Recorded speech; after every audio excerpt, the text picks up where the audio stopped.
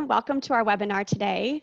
We are excited that you are joining us for an opportunity to explore resident engagement in the local policy development process regarding access to healthy food. We have folks joining us from across the United States representing community-based organizations, food policy councils, food banks, public health, local government, and research institutions. So welcome. Next slide.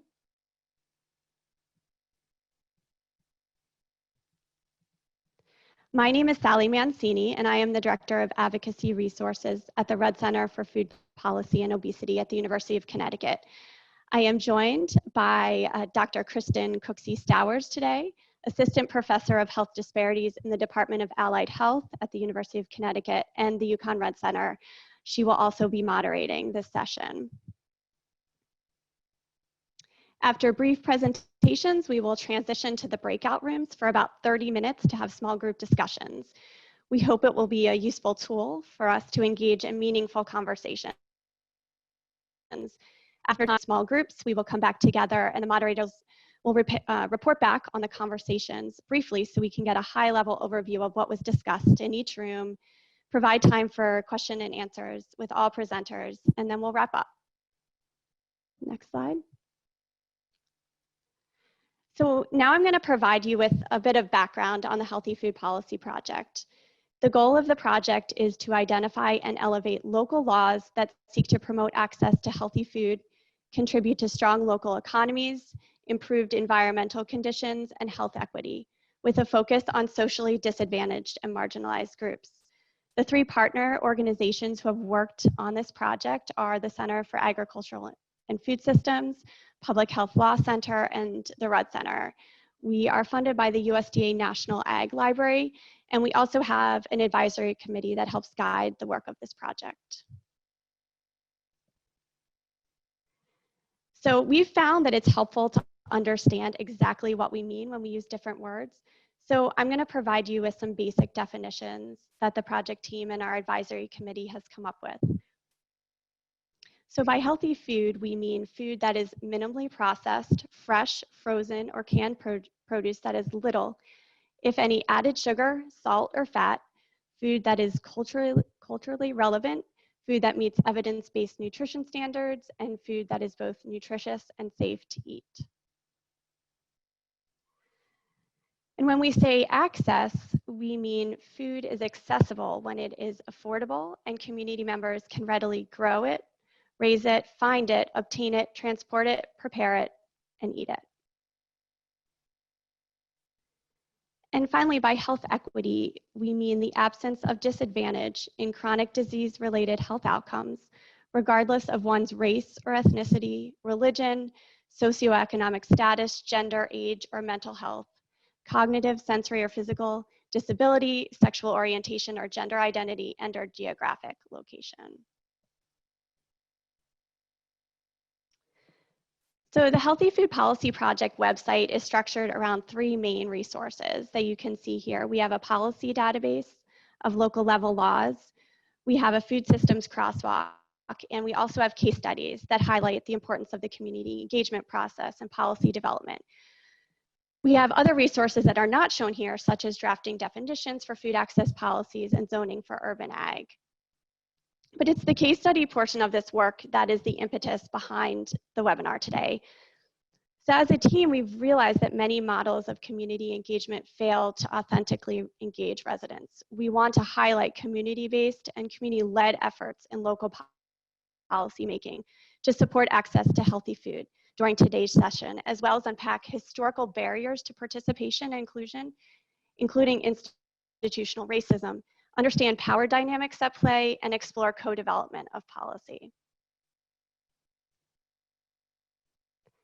Finally, I wanted to quickly draw attention to a new resource that we've developed during COVID-19 pandemic. It's a listing of local food access policies, and you can also find that resource on our website. I will introduce our speakers. And I'm going to start with Angela Harris. She serves as the Neighborhood Revitalization Zone Resident Liaison for Northeast, Upper Albany, and Clay Arsenal neighborhoods for the North Hartford Promise Zone Health and Wellness Initiative. She is a member of the Wellbeing 360 community engagement team that guided youth advocates through the successful passage of the Tobacco 21 ordinance in the city of Hartford, the first municipality to do so in the state of Connecticut. Angela is a member of the North Hartford Triple Aim Collaborative Leadership Council, comprising local hospitals, anchor institutions, foundations, and the city of Hartford, to promote policy and system changes to improve population health outcomes for Hartford residents. So we're really excited to have Angela join us. I'm going to quickly introduce Reverend Dr. Heber Brown, and then Lauren, and then they'll each have an opportunity to give a short presentation.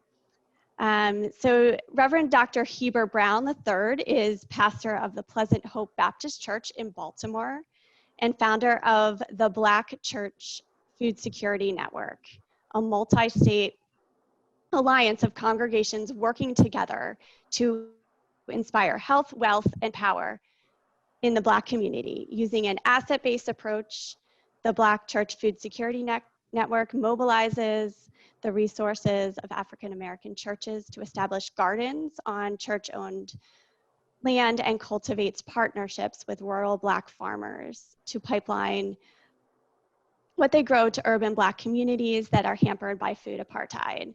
And I'm seeing in the chat function that it looks like Kristen is back on. Hi, Kristen. Hi guys, I'm still having connectivity issues, so while I get set up, please keep going. Sorry everyone. Okay, no problem. And then finally, Lauren Lowery is the program director for the Center for City Solutions at the National League of Cities. Her research focus at the National League of Cities includes affordable housing, housing finance, land use, homelessness, and community development strategies. The research Lauren produces acknowledges the intersectionality of housing and weaves in racial equity, health, climate resilience, community engagement, and state interference. Prior to joining National League of Cities, Lauren worked 7 years in local government, serving the residents of the city of Norfolk and the city of Chattanooga. She has a Master of Public Administration from Georgia State University's Andrew Young School of Public Policy Studies, and is a Bachelor of Arts from the University of North Carolina at Charlotte. So we are very excited to have such a distinguished group of speakers join us today. And so now I'm going to turn it over to Angela.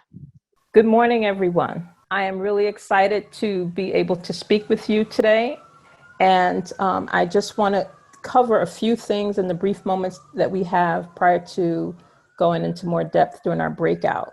And just to level set, because you all are from all over the country, I want to, and I apologize, I am in the city, and that is city background noise. I just want to level set where I am and what I'm doing. I'm in the state of Connecticut, which is actually a dichotomy of the haves and the have-nots. This is a graphic taken from Connecticut's Data Haven, which has segmented for their reports the state into 5 different categories. And you'll see the color codings: urban core, urban periphery, suburban, rural, and wealthy. And as you see, the wealthier municipalities are closer to the New York border on the southern end. But you will see in central Connecticut, that little purple urban center is Hartford. And then it's also broken down in this colorful display of our neighborhoods. The state has 169, if you can't count them, 169 different towns and municipalities. Hartford has, it was 17, a few have merged, there's 14 now, different neighborhoods. And I have to confess, I'm a native New Yorker from the Bronx, New York.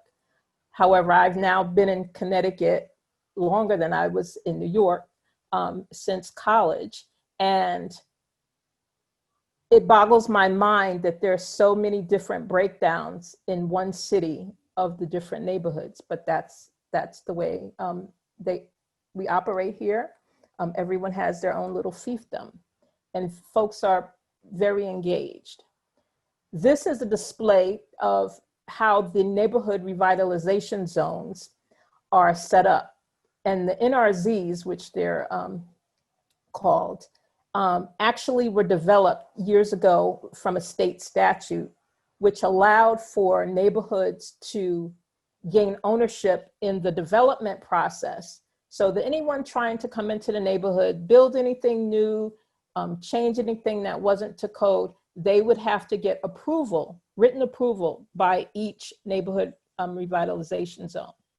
So you'll see there are 3 neighborhoods that are adjacent: Northeast, Clay Arsenal, and Upper Albany, that comprise the North Hartford Promise Zone.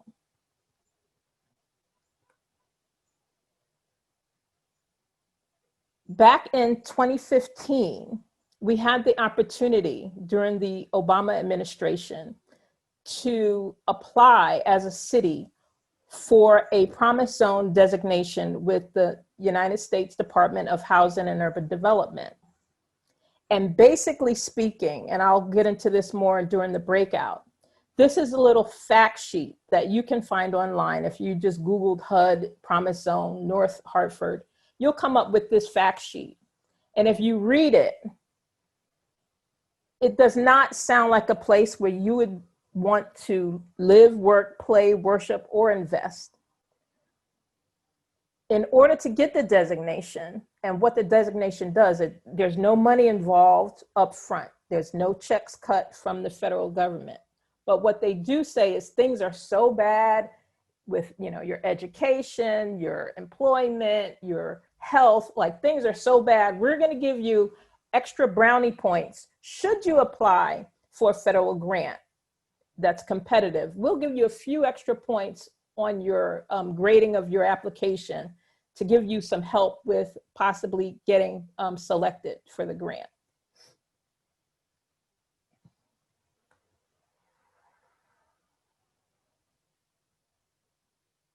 Even reading this, the fact sheet, I'm a member of the Phillips Metropolitan CME Church. I've been an officer, a financial officer, a steward, a trustee. Currently, I'm serving as the chairperson of the Phillips Health Ministry. And one of my prior activities was to actually be the pretty much program manager, owner representative for the development of our elderly housing project.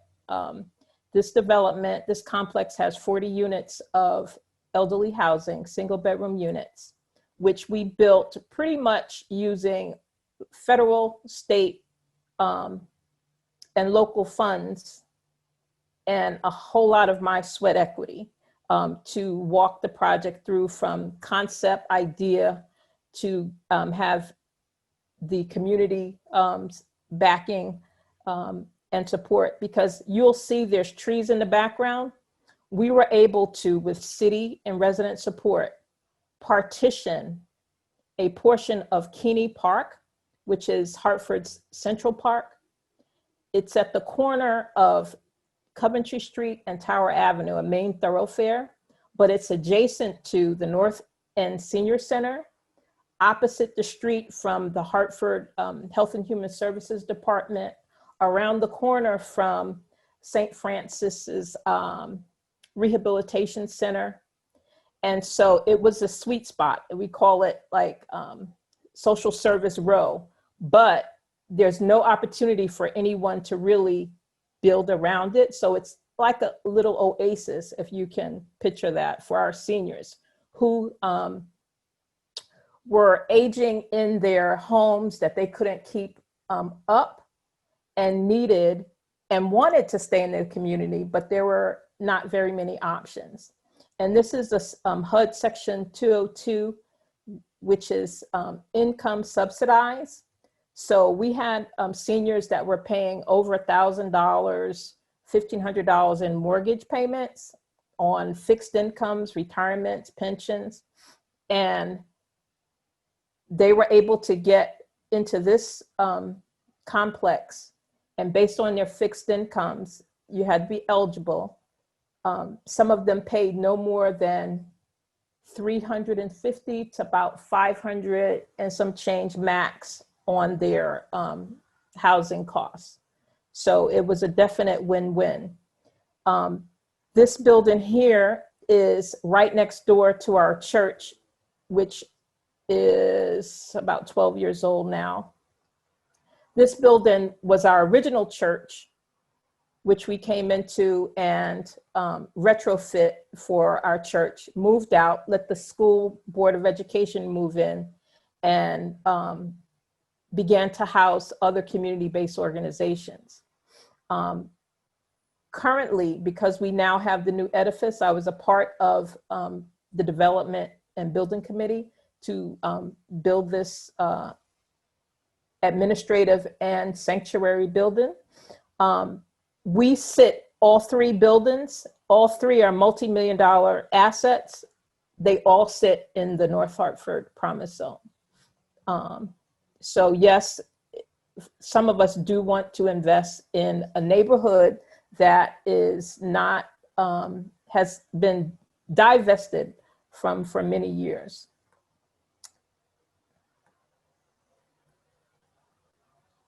The North Hartford Promise Zone and its various initiatives, which include employment, public safety, health and wellness, housing. Those initiatives, again, the city led that effort, but they brought anchor institutions along with them.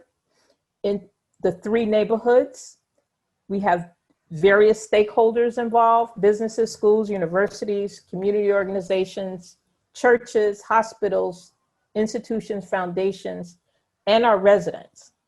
The project that I'm affiliated with my designation as the resident liaison currently is the North Hartford Triple Aim Collaborative, which is a multi-sector team which is working towards the improvement of population health.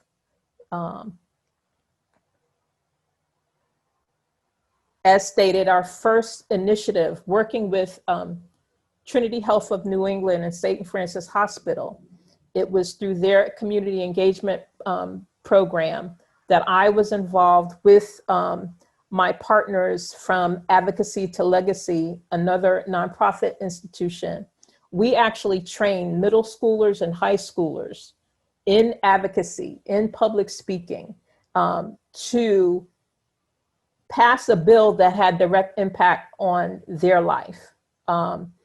We went right to the source. All of them live in the Promise Zone, and we met at the local branch of the library on Albany Avenue in the Upper Albany neighborhood, and trained them, and they did a fabulous job. We got unanimous support at the city level, and we were the first municipality that then got it passed at the state level. Authentic engagement with residents. Many of you probably have heard the saying, "Nothing for us without us." It's absolutely critical. You'll see here, this was a meeting with the hospital and the Partners for the Community Engagement. And the very first thing we did was try to all get on the same page and make sure we were being intentional and deliberate in our efforts, why we were doing it and what we wanted to have as an outcome. Residents have to be considered as equal partners and the experts of their own community. If they're not being treated as assets, you're not going to be able to use them, to carry through the message. They're great messengers, they're voices, they can be contributors to positive change. So it's critical that if you're trying to do something, even before you have your, grant application process, a lot of folks go through the check the box, the last box checked is involvement of residents. And I would implore you to do that first, even before you even think about doing the grant, because they can help you shape it and also understand what their needs and desires are and help you cast the vision for your project. A minor note, communities of color we're not a monolith. And I will always plug the acquisition of race, ethnicity, and language preference data. We're fighting the legislature to mandate that right now in all state departments, and trying to get hospitals and other stakeholders to lend their information so that we can actually get to the identification of health disparities and work towards dealing with the root causes that, you all know the pandemic has really amplified many of those disparities. And I implore you also to share your knowledge to move policies toward equity. It is, if you watch the news in the last week, it is critical that equity be put forth in education, in health, like in every aspect, employment, housing, all of these social determinants of health, really rely on building relationships with your institution, with your agency, your organization, and the people that you are attempting to serve. And finally,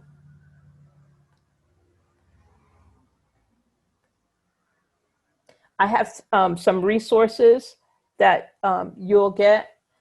Dr. Tiffany Manuel does a great job with helping to build the story and the case for building public will as you look at your projects.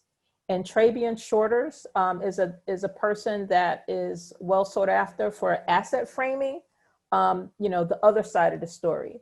So I would hope that, if the city of Hartford were to apply for, say, another designation, maybe that fact sheet might look a little different. And again, if you need to reach me, my contact information is available. Thank you. Back awesome. To you, okay. Okay, I guess I'll just jump in here. Is that right? Let me say good morning to everyone. I'm really grateful thankful to be with you all today. So many names and some faces I recognize. Baltimore's in the house. Maryland's in the house. It's great to be with y'all today as well. My name is Heber Brown. I am blessed to be the pastor of the Pleasant Hope Baptist Church here in Baltimore. And I'll share a little bit about what I do. And then I want to share an email with you that I got last night and have us to analyze this email together, because I think in so many ways it connects to some of what we have talked about and will continue talking about in the time that we have. Let me say off the top that I recognize that the room is the smartest in the room. That when I look at these 51 people on this list, all of us bring a wealth of experience and wisdom and insight and knowledge that we all can benefit from, and even from the chat box. I don't know if all of you are looking at the chat box, but there's some great things happening in the chat box even right now. I want to encourage you to keep on doing that so we all can glean and learn from one another. Let me share my screen and just give you a little bit of backdrop in terms of the organization that I was blessed to found in 2015. I founded the Black Church Food Security Network. And let me see here. You should see my screen. Thumbs up if you see my screen. Thank you, thank you. Like many of you, I have many tabs open, but this tab in particular is one where it speaks to our organization, the Black Church Food Security Network. And right there on the home screen of our organization, you see that phrase, taking our health in our own hands. That is a very intentional phrase that we have, and it is a part of our regular presentations with others as well, and as we talk about our organization, because we feel like so many times the starting point when it comes to community engagement and resident engagement, the starting point is deficiency, it's lack, it's desert. And through this organization, we challenge the notion that communities are devoid of power unless we give it to them. We challenge the notion that communities are absent of wisdom unless they attend our organization's think tank or roundtable.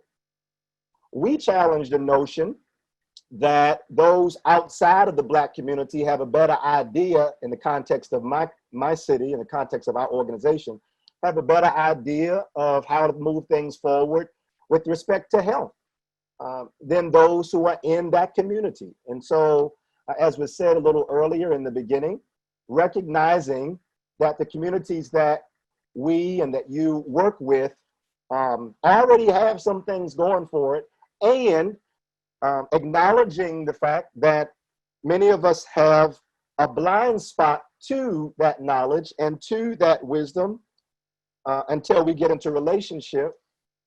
It's a really helpful move in terms of resident engagement, in terms of connecting with the community, challenging the assumption that this community doesn't have anything going for it already.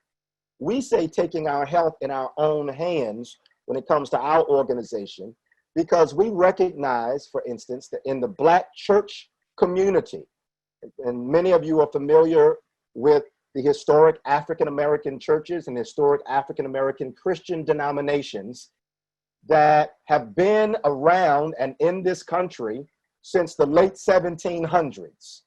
I recognize that that's a big old blind spot to a number of people because we're not really taught about the history of the Black church in the United States. And then more than that, we don't have opportunity to investigate the impetus for the establishment of the Black church in the United States. And the impetus for the establishment of Black churches is very much so connected to what we see going on in the protests and demonstrations that we are bearing witness to right now and have been all year pretty much, and have been experiencing for a very long time in terms of the African-American community, and of course other communities as well, but I'm talking about the African-American community right now. So one of the responses that the Black community embraced as a way to stand up and challenge state-sponsored terrorism and violence against our communities was to begin to establish institutions that could secure and satisfy our fundamental and day-to-day needs, and then even beyond that, begin to advocate for policy and the like that would help to improve the material conditions of our community. Many of you are familiar, for instance, with the Voting Rights Act. You're familiar with that from the Civil Rights Movement. That was policy, but how did that policy come to be? Can I help us to stretch our lens and maybe nudge a few of us so that we might know that Dr. King is not the reason that the Voting Rights Act passed. I know, sacrilege, clutch all of our imaginary pearls. But as an individual, as gifted, charismatic, and dynamic as Dr. King was, and still is, even as an ancestor, he was representative of a community. And it was the Black church that helped to shape, mold, provide platform, and resource what many of us recognize as the civil rights movement today. The Black Church Food Security Network, tapping into that similar kind of energy, we say, listen, well, if the Black church community could help to further civil rights in the country that has benefited everybody in some way, shape, or form, then what else can this constellation of religious institutions that operate largely outside of the white gaze, with enough economic resources and political autonomy to further its own desires and be not just safe haven and sanctuary for Black people from this racist systems and racist policies that we have been burdened by for generations, but also be the launching pad for the creation of policy, for the furthering of policies, and in an Afrofuturist kind of way, the imaginings of what our communities can and should be. In the Black Church Food Security Network, we say that those church buildings, the church-owned land, organized people, organized economic resources, and generations worth of credibility in the local community serves rather as a powerful base from which to build. And so while many people who want to connect with, let's say, the African-American community, see the church as just a site to do surveys, or as a site to go talk to the pastor, to do something you already planned to do anyway, but you got to check that box, as Angela said, or as a place where you can just get easy buy-in for something you're applying for, we flip that and say, no, when you look at the combined assets of the Black church community, it is essentially, and some of y'all will get this when I say it, it is essentially Wakanda on earth. It is a place where historically marginalized people have created a space that probably is one of the few spaces where there's full freedom to be, to exist, to dream. Whereas on my job, I may not be able to speak as freely. In my community, I may not be able to have say over the gentrification happening in my neighborhood. In my city, I don't have as much say about grocery stores and whether or not they'll come to my neighborhood, or if they up and leave, I don't have enough power to, address that. But when I come inside this church, whether I wash windows, whether I sweep the streets, whether I'm in the suites of a corporation, whether I'm a professor at a university, when I come, if I'm Black in this country and I come inside of a church, chances are, and some churches, there's some challenges still, so I'm not trying to paint it as a panacea, but chances are I have a greater shot to be honored, recognized, and respected for my humanness, my beingness. We want to use all of that in the creation of a Black-led food system that helps to meet the health, economic, and political needs of our community, with support from all who can line up behind Black, let me say it this way, African-American agency and leadership. And what can that look like? So for those who, and many of you are experts on this, you've been doing it for years, and if you're like me, you done put your foot in your mouth, you done hit your head up against the wall, and we've made plenty of mistakes. If you can just admit that today to the preacher, put a thumbs up on your screen. Can you admit we've made many mistakes? I have, I know I have. When it comes to community engagement, resident engagement, I put my foot in my mouth a whole bunch of times.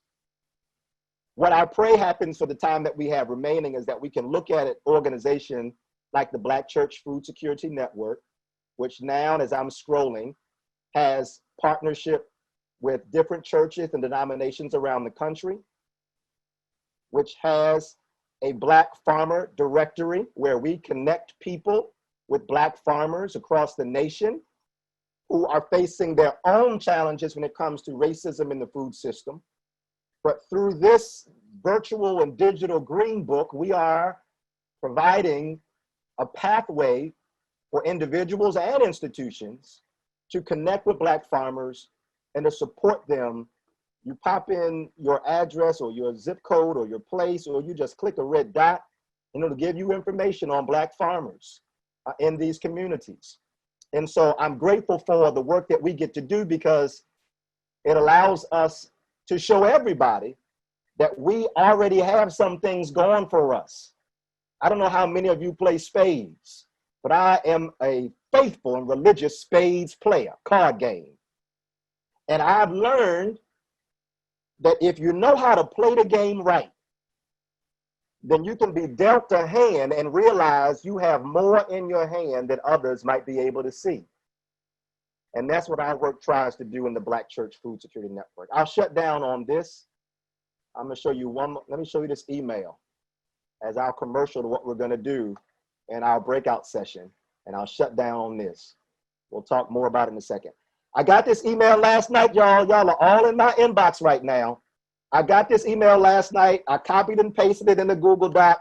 I took out the names. I ain't trying to be shady on a Friday morning. But look at this email, and just for the sake of those who might not have screens up, I'll read it very quickly. It says, good afternoon. I hope this email finds you well. My name is fill in the blank, and I'm reaching out to set up a time to speak with Reverend Dr. Heber Brown. I work for the fill in the blank, a nonprofit, nonpartisan research organization partnering with the nation's largest philanthropy dedicated solely to health. To understand the ways in which communities are working toward improving health, equity, and well-being for residents.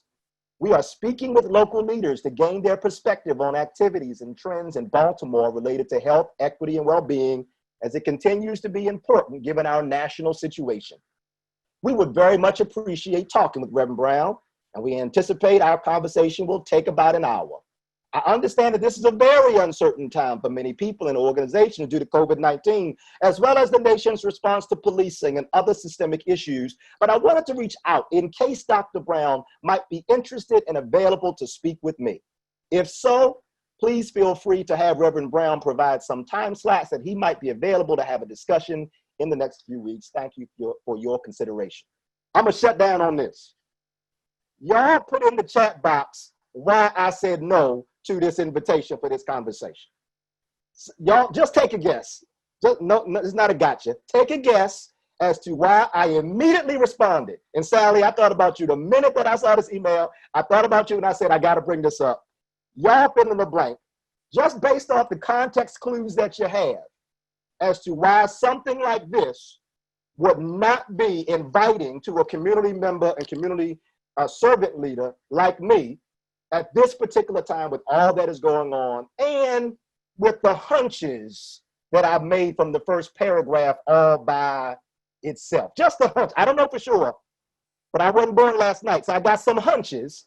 Y'all fill in the chat box. We'll go deeper in the breakout room as to some of the things that makes this problematic. Thank you so much.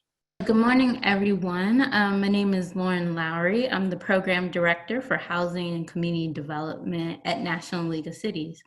National League of Cities is a nonprofit organization that serves over 19,000 cities, towns, and villages across the United States. We represent over 2 million residents. So I uniquely like to say I am a special advisor to cities, towns, and villages across the United States. And at National League of Cities, we have a unique perspective of working with cities, towns, and villages, meaning we not only get to interact with them one-on-one through our council meetings, our committee meetings, in our monthly, if not quarterly and annual event. So we definitely have our ears to the ground as to what city leaders are thinking. With that said, I have a unique perspective. I have over 10 years of experience in housing and community development, 7 of which was spent in city government. And for my presentation today, I'll be more so focusing on that lens, but I want to emphasize that authentic community engagement, one centers the residents, the community, in the neighborhoods in the center of strategies as to what we're trying to do. But authentic community engagement also includes different actors like local governments, nonprofit institutions, and anchor institutions and private actors.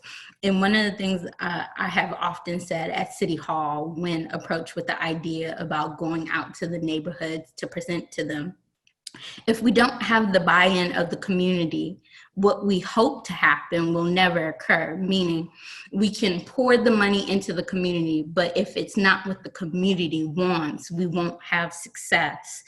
And with my perspective in local government, it's how, with authentic community engagement can we build a relationship with the community, and understanding that from a local government perspective, it's more than just the local elected official that you need to engage with. It's also city staff, because you want your vision to come to fruition, meaning from the policy that it's approved by the local elected official to the city staff that will be working hand in hand with you for your policy to become a reality. And so with that, I hope to spend a couple of minutes in our breakout session going into more detail about how you can build a relationship with local government to further authentic community engagement. Thank you. So now we are going to move to breakout rooms for discussion. Welcome back, everyone. I think we're learning that we really needed to schedule more time for this webinar. There's so much to talk about and unpack. And so right now we're going to have a quick report back by each of the groups. But if you do have a question for any of our speakers, please add it to the chat and we will try to get to it quickly. And if not, we can answer at the answer after this session and get back to folks. So I will try to take everything that was discussed in breakout number 1 and quickly go through it. So some of the themes that were touched on is that in the work of authentic resident engagement and community engagement, we need to lead with assets. There are innate assets within communities, and so we need to lead from that approach. We need to allocate resources for members to be active participants in the work. Their time is very much valued, and we need to show them that through compensation. Also, engaging multiple residents in this work is really needed. Angela shared that she is bearing a pretty heavy burden as being one of the only residents engaged in the process in Hartford. And so it's definitely important to engage multiple residents. This work, also COVID-19 has exposed even more the relationship building that needs to be done, especially between health institutions and the community. And that's why it's important to seek out the church and other faith-based institutions as resources to actively engage residents. They're seen as a trusted resource in communities. And then finally, we went through the email. Heber talked us through his email, and I think we saw and heard loud and clear that building relationships is the key to this work. And the red flags in that email showed that there was no relationship that wanted to be built. It was the first thing that was asked was an hour of his time to pick his brain and basically get information out of him for no money and to add no resources to the work that he's doing. So I hope I adequately covered what we talked about in our breakout room. And if I didn't, please add it to the chat. I'll turn it over to Kristen now to give an overview of breakout session 2. Hi, Kristen. Can you guys hear me? Kristen, do you want to take this? Yeah, can you guys hear me okay? Yes. Okay, and yeah, thanks, Whitney. If anything happens, jump in. So I was in the session with Lauren, and the focus was co-development as a tool to facilitate authentic resident engagement. Lauren did an excellent job highlighting some critical issues in this area, really focusing on just structurally how local governments operate very differently from communities. So keeping that in mind, building relationships with locally elected officials, so working with city staff to put plans in motion. And she shared an excellent example from Huntersville.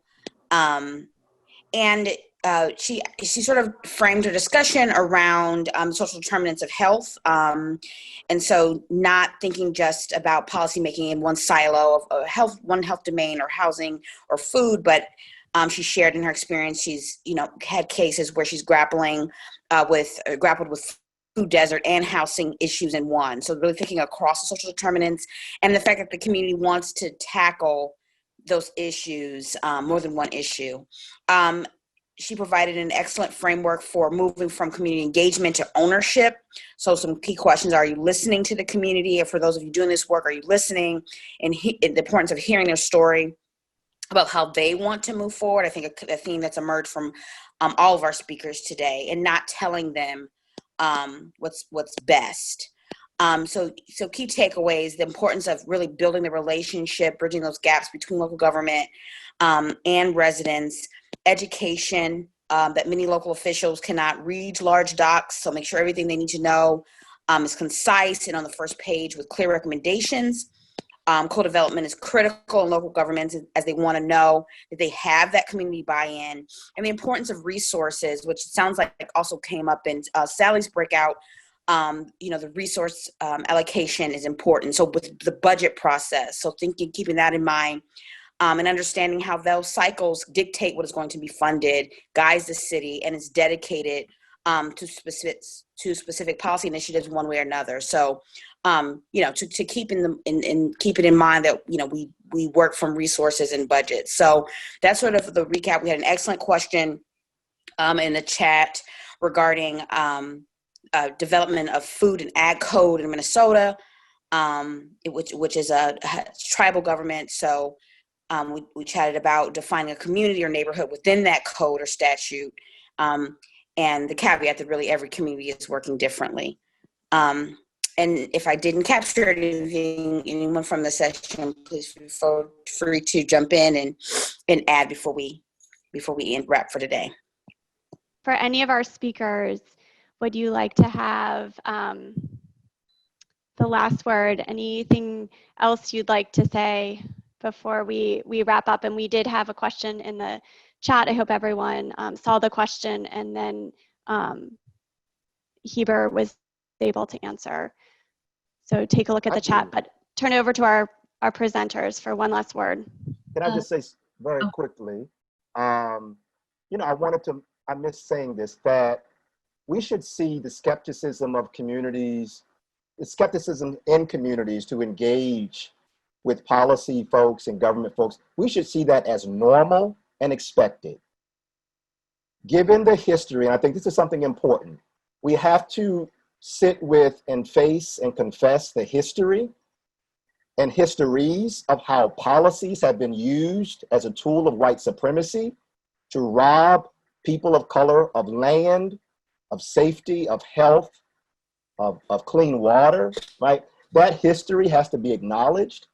And I think for those who work very deeply in the policy realm, acknowledging that is a good starting point when you're trying to engage with people. So I don't want to partner with you if you won't even confess the ways in which you have harmed us for generations. And toward that end, and I promise I'll close here, toward that end, I would love to see more policy folks sitting, studying, and listening and connecting with the reparations movement to repair the harm that has in every sphere of society has impacted us. I could pull up my community right now and I can show you the red line in Baltimore, that we don't call it that anymore, but the implications of it, the ripple is still here. And the houses on that side of York Road are hundreds of thousands more valuable than the ones on the east side of York Road. The equity and the wealth built up in those houses and in those communities helps to create the kind of community for their children that is very different than the experience of the children who live right across the street. But it is racist housing policy. It is racist city planning policies that all propped up white supremacy to bring us to this point. So yeah, I would love to see the ways in which this wonderful, august group could even acknowledge and also engage in the type of policy that springs up from the bottom as opposed to being dropped down from government to the people waiting below. Yeah, I'm going to say preach it, preach it, brother. And I do want to acknowledge that we're right at 12:15, and but I want Lauren and Angela to also be able to have a last word before we sign off? Yeah. So I'll just end it with authentic community engagement is a long process. Don't think this will last an hour. This lasts years, this lasts months, this lasts days. It's hard work. So if you're really committed to the hard work, be committed and celebrate the small wins and the big wins, but also know that sometimes you may hit the mark, but it's about learning from those moments and working with local government officials, like Heber said, hold them to the fire. And it's about educating them. And with budget policies in local government, it's really about, is it funded? If it's funded, that means the policy going forward. But that also means monitoring city governments and making sure that they're committed to the policies that the community wants to see. But again, this is a long process. It will not happen overnight.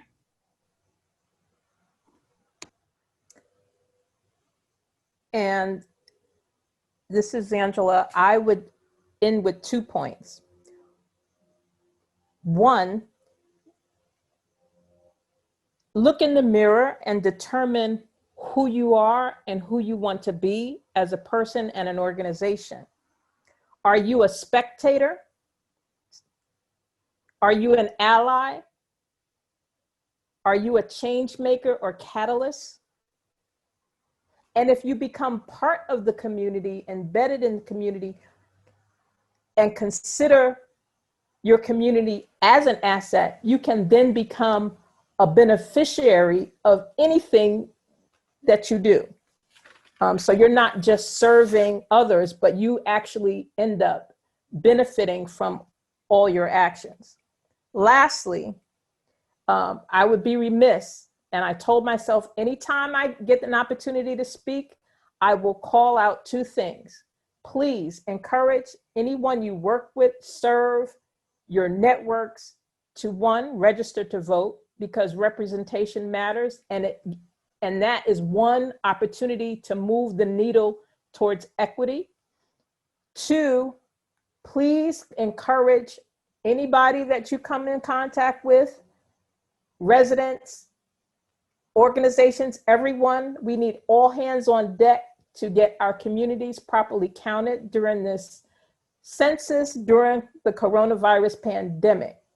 It has implications not only on funding that gets appropriated on the federal level and pushed down to the state level, but your representation on the local, city, state, and federal level is determined by the outcome of that census. There's redistricting that is tied to that census. So it's a vicious cycle. If you're not represented properly, you're not going to get the adequate funding and so forth. So it's all interrelated. Vote and get counted. Get out the vote, get out the count. Thank you. Well, I just want to thank everyone again for your for being here today. I think we all learned a lot. This was a passionate discussion, and I encourage everyone to take the evaluation from this session. We will be sending out notes from the recording, but also the notes from the breakout sessions. And if you have any questions after the session and want to reach out to us, please do through the Healthy Food Policy Project email. We can direct it to each of the speakers. And yes, thank you again, and really appreciate all of our speakers' time and insights. So be well all.